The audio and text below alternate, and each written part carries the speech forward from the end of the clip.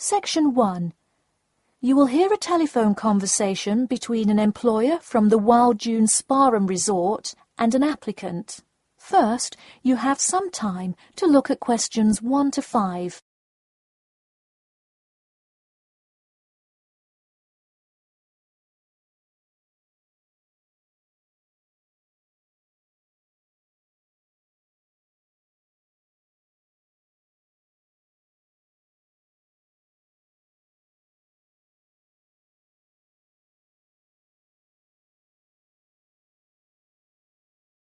You will see that there is an example which has been done for you. On this occasion only, the conversation relating to this will be played first. Hello, is this John Murphy? Hi, yes it is. Hi John, this is Ed Heisenberg from the Wild Dune Spa and Resort, calling about your application for our lifeguard position. Do you have a few minutes to talk? Yes, absolutely. The employer says that he is calling about the application for their lifeguard position. So, lifeguard has been written in the space. Now we shall begin. You should answer the questions as you listen, because you will not hear the recording a second time. Listen carefully and answer questions 1 to 5. Hello, is this John Murphy? Hi, yes it is. Hi John, this is Ed Heisenberg from the Wild Dune Spa and Resort, calling about your application for our lifeguard position. Do you have a few minutes to talk? Yes, absolutely. Great, could you give me your address? Sure. My address is 45 Elsinore Court. I'm sorry, was that Eleanor? Could you spell that for me? Sure, it's Elsinore. Elsinore. Okay, thanks. And is this the number we should reach you at in the future? 099885767? No, that's my home phone. But let me give you my mobile number instead. 077 896 245. Call me on that one. Okay, I'll make a note of that. Could you tell me your availability? Sure, I'm usually available during afternoons or weekends. I'd prefer not to be scheduled on weeknights because I work part-time as a waiter. That shouldn't be a problem, since we don't stay open very late anyway. And do you have any other employment experience? Yes, I've worked at a few other places. I was the baseball coach at Richmond High School last season. I see. And do you have any other experience that you would like us to note on your application? Yes. Last year I worked at the beach as a rescue diver. Rescue diver? That sounds intense. Well, it's really just like being a lifeguard, except in the ocean instead of pool. So kind of like being a lifeguard at the world's largest pool. I see. Before you hear the rest of the conversation, you have some time to look at questions 6 to 10.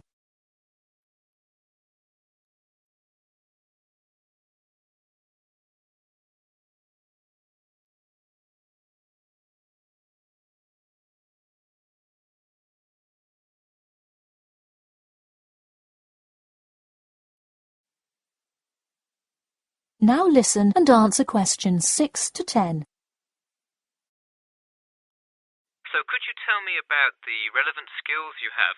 I'm guessing a lot given your experience.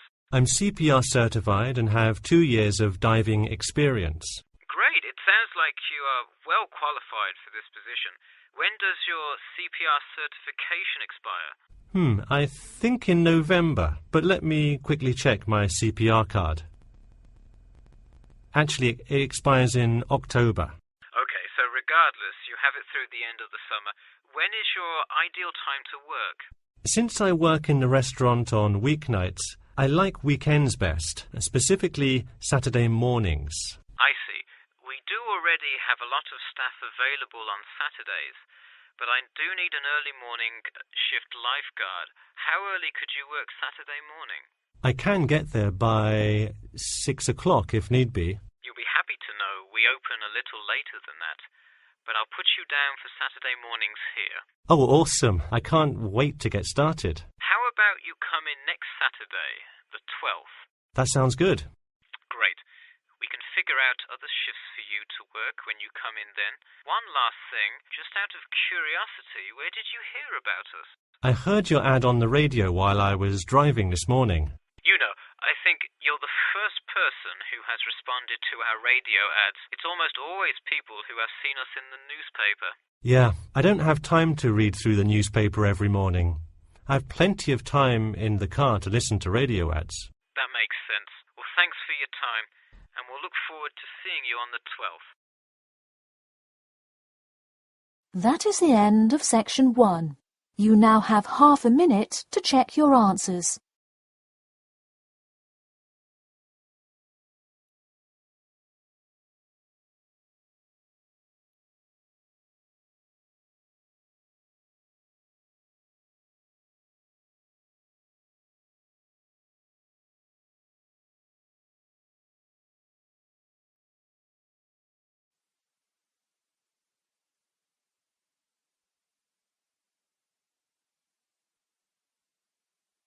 Now turn to section 2. Section 2. You'll hear part of a free class about safety around campus. First, you have some time to look at questions 11 to 14.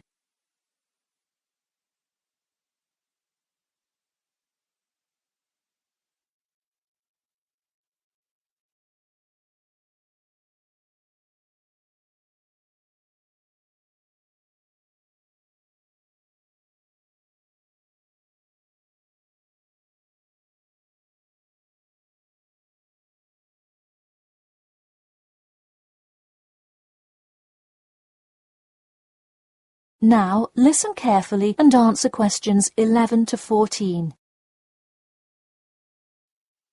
Good evening. I'm Geoffrey Miller from the University of Nottingham Student Union, and in this week's free class, Carlos Garcia is going to tell us about safety around campus. Over to you, Carlos. Thank you, Geoffrey, and thank you all for your attendance today. Also, I'd like to thank the Student Union here at the university for organising this lecture. Well, I've been serving and protecting the City of Nottingham for over 20 years now as a member of the police department. Does anyone know what type of crime is the most prevalent on campus? I heard someone say drugs and alcohol. That actually isn't too much of an issue. Violence? Nope. Actually, the biggest thing we worry about here is theft. The nature of crime on Nottingham's campus is quite different from that of the surrounding areas.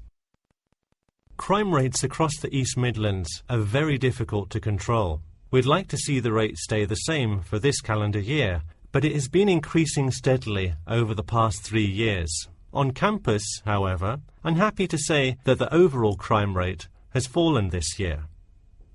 You wouldn't think so if you've seen the extremely exaggerated stories in the media. The media has done nothing but cause more concern about crime in our area.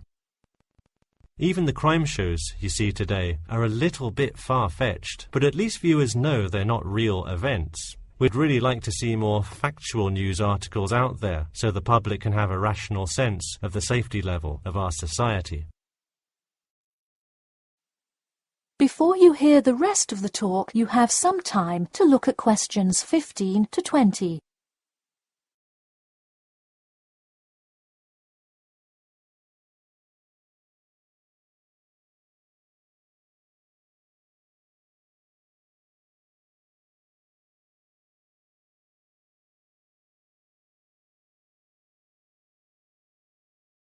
Now listen and answer questions 15 to 20. Okay, let's move on to what to do when you see a crime. Do not get involved if at all possible, and do not draw too much attention to yourself by running away in a conspicuous manner. Though most likely, and hopefully, you will not have to experience this situation, if you are being mugged, please do not try to resist. Instead, be compliant and seek help after the incident. Like I said, though, it is highly unlikely that you will find yourself amidst a crime, but it is important to be prepared should it ever happen. We find that educating students and staff on the correct precautions to take is the best way to increase your safety. Just remember to be smart when you're out late at night and avoid any area or person that looks suspicious. I know it sounds obvious, but I cannot stress this enough. It's also not a bad idea to have your mobile phone with you at all times, but be careful. If you're chatting on your smartphone on your way home, you're a prime target for thieves. I'd like to see a show of hands. How many people have left work or the library after 10 p.m. to go home before? A lot of you, right? If you do have to go home late at night, please don't walk home alone. More often than not, there's someone there that will be walking the same direction as you at some point. Walk home with a friend or co-worker. Even if you must use your phone to call someone that's nearby to walk with you, it's always safer to walk home with someone. So when you're walking home, you may feel more comfortable with some sort of self-defense, such as pepper spray. Now, it's your call whether you want to carry something like this or not. However, I absolutely advise against carrying a knife or any other offensive weapon. All too often, they can be used against you if you're disarmed, putting yourself in more danger.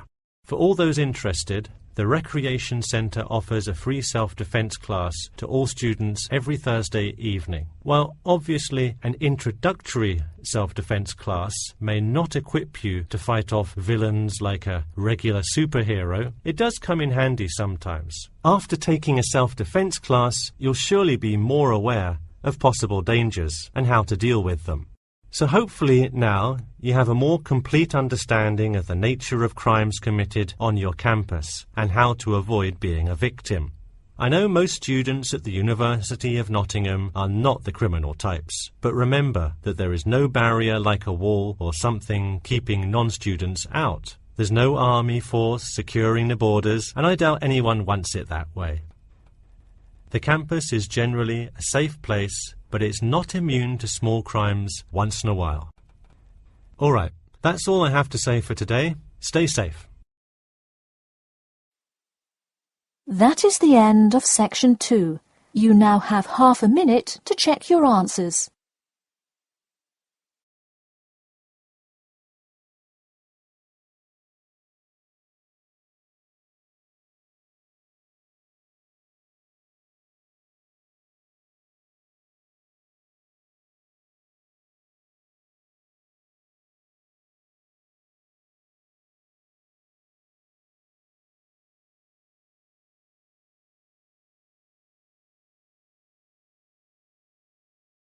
Now turn to section 3.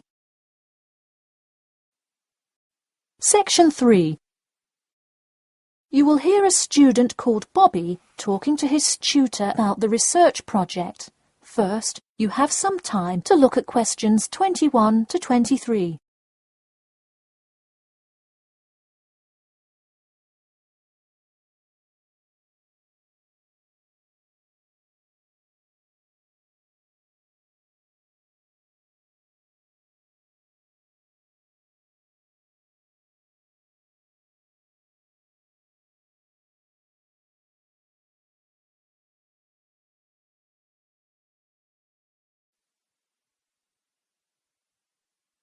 Now listen carefully and answer questions 21 to 23.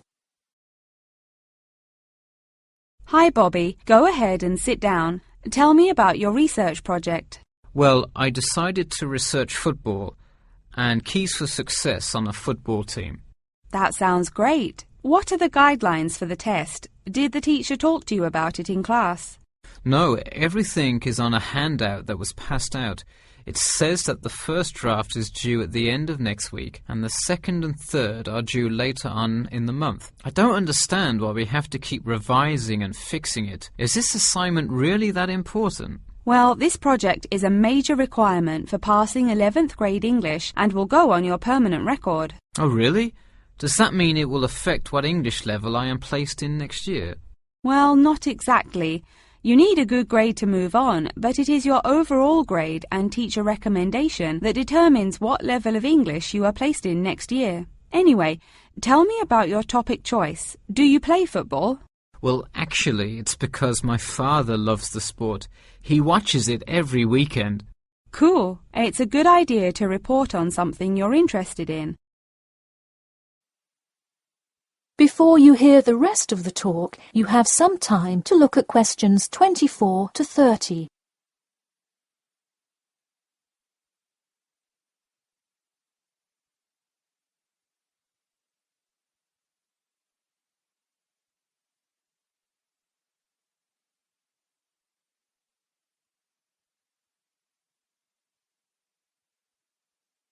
Now, listen carefully and answer questions 24 to 30.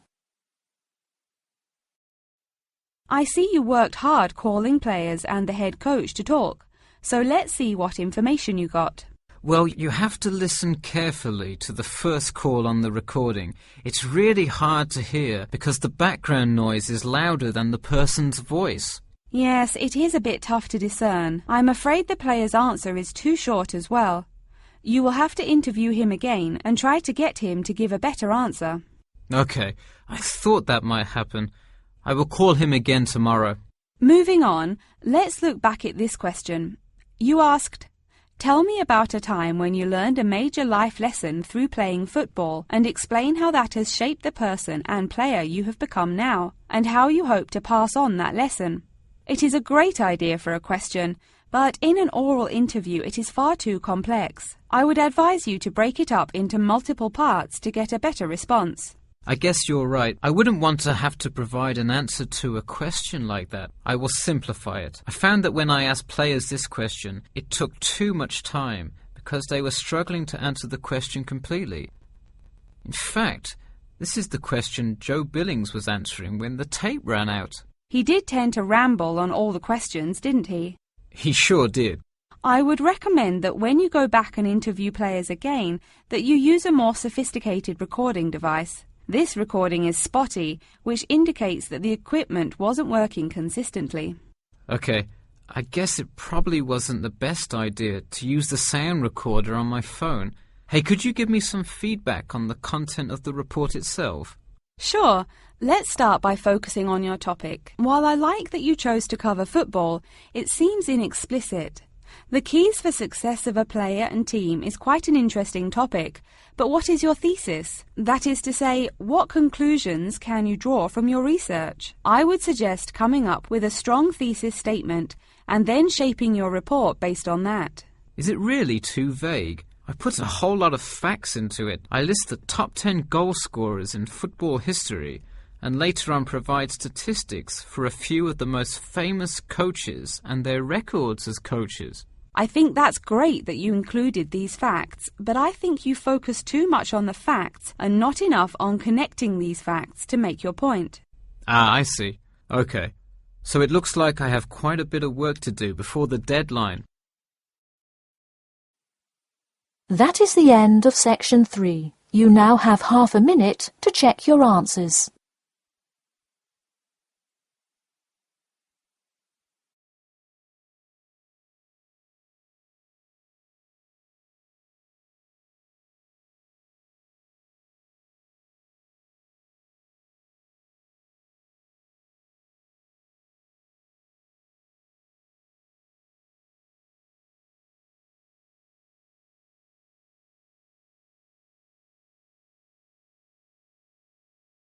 Now turn to section 4. Section 4. You will hear part of a lecture about how to give a quality speech. First, you have some time to look at questions 31 to 40.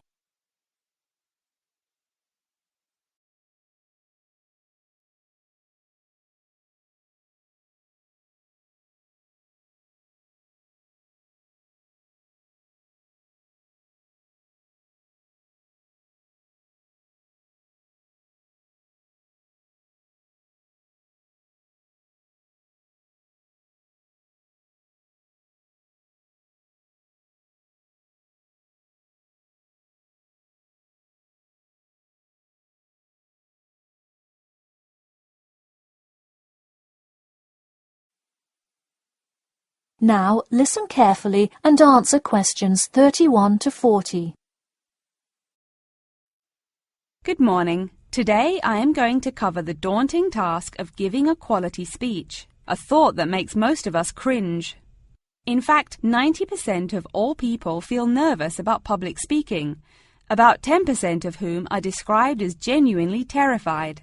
Hopefully, when we are finished here today, you all will be in the 10% of the population who do not feel nervous at all. Did you know that lecturers tend to get more nervous if the speech they are giving is an important one? It makes sense, right? You probably wouldn't be nearly as nervous to address your residence hall about the proper use of the recycle and compost bins as you might be if you were asked to give the graduation speech to your entire 5,000 student class. So what is it that makes some people completely comfortable in front of crowds? Some people think that the ability to give a good speech is a gift that others are simply born with. This is almost never the case. Public speaking can be learned with practice. The first most important thing you can do to improve your confidence in delivering a speech is to prepare a quality speech. Honestly, while the content of your speech is relatively important, the audience will really only remember the last sentence you say. It is a good idea to structure the rest of your speech to lead up to this last point to really drive your message home. This is a good way to ensure that your speech is well organized.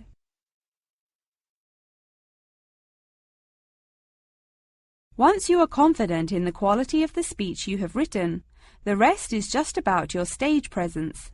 Let's go through some do's and don'ts of public speaking. First, you want to command the attention of the room. Do not, I repeat, do not proceed with your speech until the audience is paying attention. Even Martin Luther King Jr.'s I Have a Dream speech wouldn't have made any difference in the world without the undivided attention of his audience. To continue with the I Have a Dream example, one of the reasons that MLK was such an effective orator was his ability to speak with passion and engage with his audience. That sort of charisma does not come from reading straight from paper. Don't get me wrong, it is a good idea to write your main ideas down on a note card, sheet of paper or something. But one factor that will consistently lead to a boring, forgettable speech is writing down your entire speech. Do not write your full speech down. If you are constantly reading your paper, you are not making eye contact with your audience, and thus failing to really express the feeling that goes with your ideas. I advise you write 1 or 2 ideas, so if you suddenly draw a blank, you have something to jog your memory. If you've written a good speech that you believe in, those ideas should be sufficient to keep you on track. Once you have those ideas written down, give your speech a few practice runs in front of the mirror, into your sound recorder on your phone, or with a friend before it comes time to address a crowd.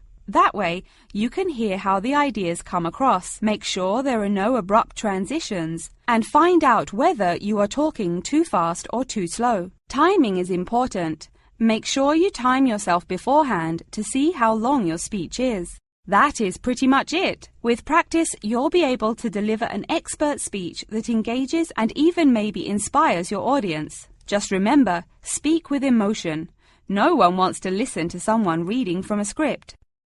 As I come to a close in my speech, I'll point out that I have employed all of these tips that I have covered. I practiced my speech ahead of time and timed it, and I can even show you my one small index card with just 3 simple bullets on it. It's as easy as that. That is the end of section 4. You now have half a minute to check your answers.